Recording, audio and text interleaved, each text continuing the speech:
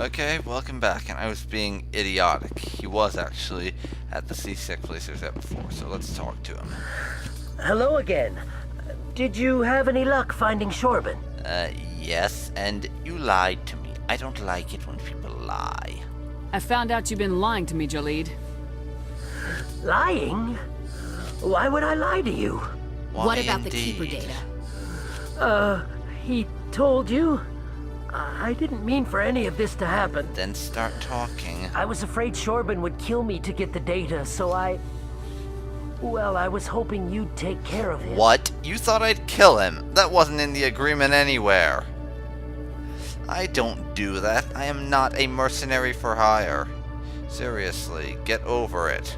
I'm scanning the Keepers for Shorban, but you two need to stop fighting. Yes, and you'd better stop or I shall hurt you. You're helping us? But... well, if you say so. Well, if Shorban can forgive and forget, then so can I. Yes. I appreciate the help, Commander. I better go get that data analyzed. That's another quest down, and now we're going to head for the Normandy and launch ourselves into the main parts of the game. This should be fun. And pretty extensive. As you might have guessed from how long it's taken to get to the point where we can actually go to all these Binary fancy Helix places. has settled out of court with a Krogan group that had accused the Genetics Corporation of fraud. The Krogan group had contracted Binary Helix to perform studies with a long-range goal of Makes curing sense, their I genetic guess. sterilization. The group later sued for a return of investment money when the study produced no viable What? results. That is completely ridiculous. I mean, I get why they did it, but they would have had no chance. I mean, it would have made more sense if they'd been suing for Binary Helix trying to make clones of them or something ridiculous like that, but just because their study didn't have any results, when they must have gone into it knowing it was a possibility and they still sued them, I don't find that to be something that makes sense. Maybe it's just me, but that's just how I see it. It doesn't make sense they would sue someone for doing a study they contracted them to do just because there were no results that could be used for anything. No, Stand let's go to by, the shore Normandy. party. Decontamination in progress.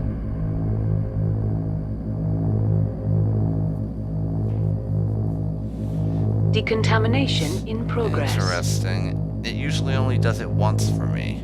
Oh well. Decontamination in progress. Take your time, I guess. Heard what happened to Captain Anderson. Survives 100 battles and then gets taken down by backroom politics. Just watch your back, Commander. Things go bad on this mission, you're next on their chopping block. Yeah, I'm ready for this. Saren's out there somewhere, and we're gonna find him. Everyone on this ship's behind you, Commander. Yeah, the 100%. light makes the scar on Intercom's Shepard's open. cheek a lot more Got anything you visible, want to say to doesn't the it? crew? Now's the time. Yeah, time to be honest. This is Commander Shepard speaking. We have our orders. Find Saren before he finds the conduit. I won't lie to you, crew. This mission isn't going to be easy. Yes, that's the more egocentric, arrogant, and racist one. Not really sure what that is, and that is the help everyone else one. And that's also more neutral. But yeah, do our For part. too long, our species has stood apart from the others. Now it's time for us to step up and do our part for the rest of the galaxy. Time to show them what humans are made of. Yes. He'll be ready for us, and we're gonna kick his ass. Our enemy knows we're coming. What fun. When we go into the Traverse, Saren's followers will be waiting for us.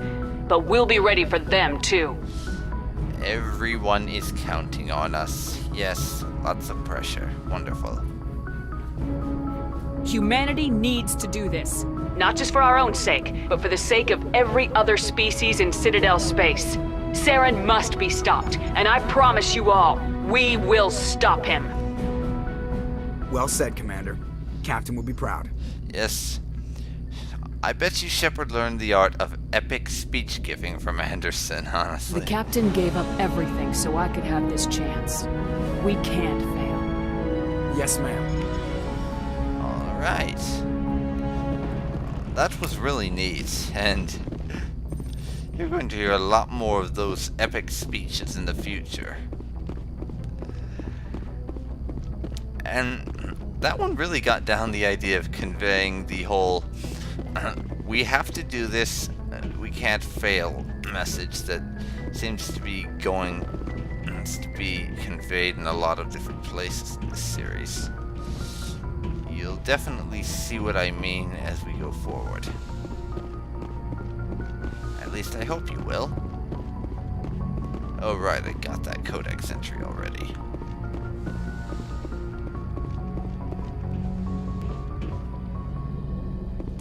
And we can actually use that now. Let me see. Those are all primary codices. I'll read the secondary ones, a couple of them before we sign off. Cruiserweight starships are the standard combat unit encountered away from large naval bases, the poor bloody infantry of most fleets. Nimble scouting frigates have neither the punch nor the stamina to stand up to serious combat, and the mighty dreadnoughts are a strategic resource, carefully hoarded and committed to the most critical battles. Cruisers perform routine independent show-the-flag patrols in settled systems and lead flotillas of frigates in small engagements such as pirate suppression campaigns. In major fleet engagements, cruiser squadrons support the dreadnought battle line by screening their flanks against enemies attempting to maneuver for a main gun bow shot from their vulnerable broadsides. Alliance cruisers are named after cities of Earth. So yes, you will have... Yes, there are cruisers out there named after, like, New York, Tokyo, Abu Dhabi, and stuff. So that's really neat. Okay. I don't remember. Did I read the one about dreadnoughts? I think I did. Fighters. Fighters are single-pilot combat small craft. They are lightweight enough that they can be economically fitted with powerful element zero cores, making them capable of greater acceleration and sharper maneuvers than starships. Kinetic barrier shields change starship battles from short, vicious bloodbaths to extended, indecisive slugging matches. Only the main gun of a dreadnought could punch a mass accelerator slug through the barriers of an opposing dreadnought. This changed with the development of the fighter-launched mass disruptor torpedo, a short-range weapon that can penetrate kinetic barriers to destroy their projector assemblies. Starship Guardian defenses must be overwhelmed through swarm tactics. Fighter groups can take heavy casualties pressing their torpedo attacks home. Once fighter-launched torpedoes have crippled an enemy's barriers, the mass accelerators on frigates and cruisers can make short work of them. Interceptors are a type of fighter optimized to attack other fighters with no ability to damage starships. Interceptors are used to screen friendly units from incoming fighter attack. Frigates. Frigates are light escort and scouting vessels. They often have extensive Guardian systems to provide anti-fighter screening for capital ships, and carry a squad of Marines for security and groundside duty. Unlike larger vessels, frigates are able to land on planets. Frigate drive systems allow them to reach high FTL cruise speeds. They also have proportionally larger thrusters and lighter design mass, allowing them to maneuver more handily. In combat, speed and maneuverability make a frigate immune to the long-range fire of larger vessels. In the time it takes projectiles to reach them, frigates are no longer where they were predicted to be. In fleet combat, frigates are organized into wolfpack flotillas of 4 to 6. Wolfpacks speed through enemy formations, hunting enemy vessels whose kinetic barriers have been taken down by fighter-launched disruptor torpedoes. The Wolfpack circles strafes vulnerable targets using their superior speed and maneuverability to evade return fire. Alliance frigates are named for great battles in human history, like Normandy. We don't really need to go into that. Weapons: ablative armor. A warship's kinetic barriers reduce damage from solid objects, but can do nothing to block Guardian lasers, particle beams, and other forms of directed energy weapon. DEW. The inner layer of warship protection consists of ablative armor plate designed to boil away when heated.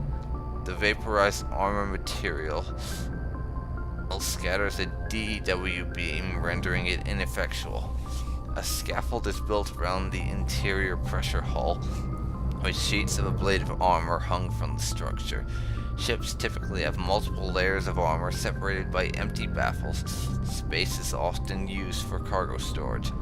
Cruisers, which lack the internal space to fit dedicated fighter hangars, store the shipboard fighter complement in the baffles.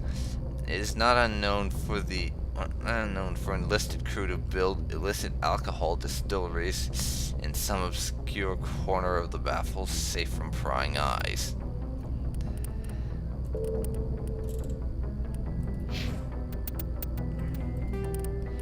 And since the rest of them are primary ones, which we're not going to look at, goodbye.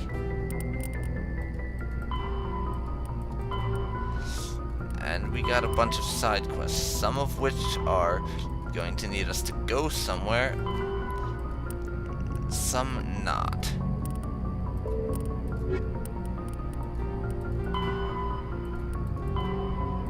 We shall see. And now it's time to level up our squad. We can't put any more into charm at the present, but I don't think we really need to.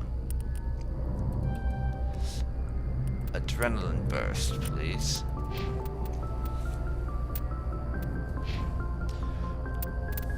Okay, and now we are going to save again. And I think I'm going to end this session here. You've been watching Let's Play Mass Effect with me, DarkPhoenix Ninja 92.